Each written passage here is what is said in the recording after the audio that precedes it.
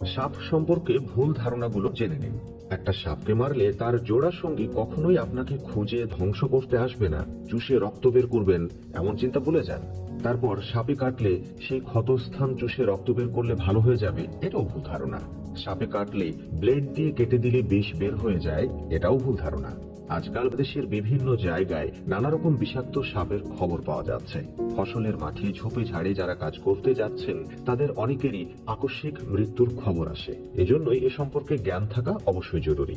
সাপের ঘ্রাণ শক্তি এত দুর্বল যে ফুলের গন্ধও সে বুঝতে পারে না, আর সেজন্যই কার্বলিক অ্যাসিডে সাপ পালায় এই কথাটাও ভুল। এসব সেফটি এককালে প্রচলিত ছিল, যেগুলো ব্যর্থ টোটকা। আর বিন বাজালে সিনেমায় সাপ নাচে বটে, বাস্তবে নাচে না। সাপের কান নেই, তাই শোনার জন্য ঘন ঘন জিভ বের করে।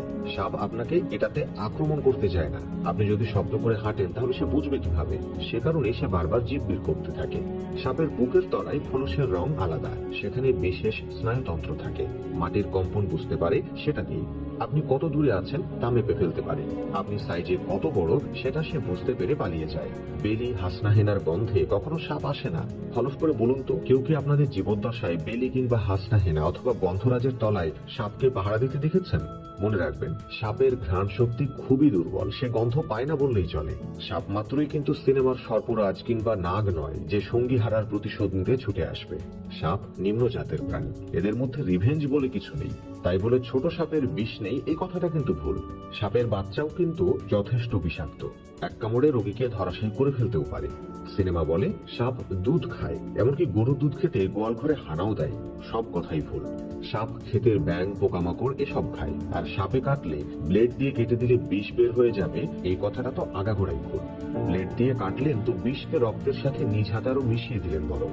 তারপর চন্দ্রপুরা কামড় দিলে লোহিত রক্তকণিকা ভেঙে যায়, ফলে রক্ত বমি হয়, রক্ত পায়খানা হতে পারে, ফুলে যেতে পারে, লাল হতে পারে, ফোসকা পড়তে পারে, এসব অনেক কিছুই হতে পারে। তবে এগুলো অধিকাংশই অম্লক।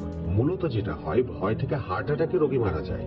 এমনকি মাঝে মাঝে নির্বিষ সাপ কামড় দিলে মানুষ মরার ঘটনা প্রায়শই শোনা যায়। সেটা মূলত ভয় থেকে হার্ট অ্যাটাকের ফলে হয়, বিষের কারণে নয়। বাংলাদেশের বেশিরভাগ সাপেরই বিষ নেই, বরং সাপে কাটলে সেই কাটা জায়গাটা ধুয়ে ফেলুন। চাইলে সাবান দিয়েও ধুতে পারেন। আর ব্লেড দিয়ে কেটে কিংবা চুষে রক্ত বের করে ফেলবেন, বিষ বের হয়ে যাবে এমন চিন্তা ভুলেও করবেন না। বরং যেখানে কামড়াবে সেখানকার নড়াচড়া যদি একটু বন্ধ করা যায় তাহলে বরং উপকার পাবেন। ধরুন পায়ে কামড়ালো, তাহলে হাঁটাহাঁটি কম করুন। তবে ভুলেও অ্যাসিড ঢালবেন না, মরিচের গুঁড়ো দেবেন না, কার্বলিক অ্যাসিডে ঝলসে যাবেন না। এগুলো সবই আসলে মানধাত্তা আমলের সেই ব্যর্থ টোটকা। সত্যটা জানুন, তাহলে বরং উপকার হবে।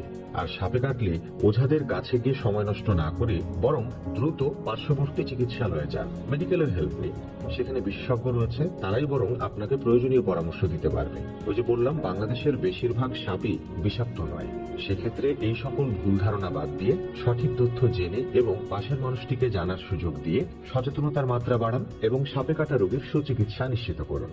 দর্শক, আজ পর্যন্তই। এতক্ষণ সঙ্গে থাকার জন্য অসংখ্য ধন্যবাদ।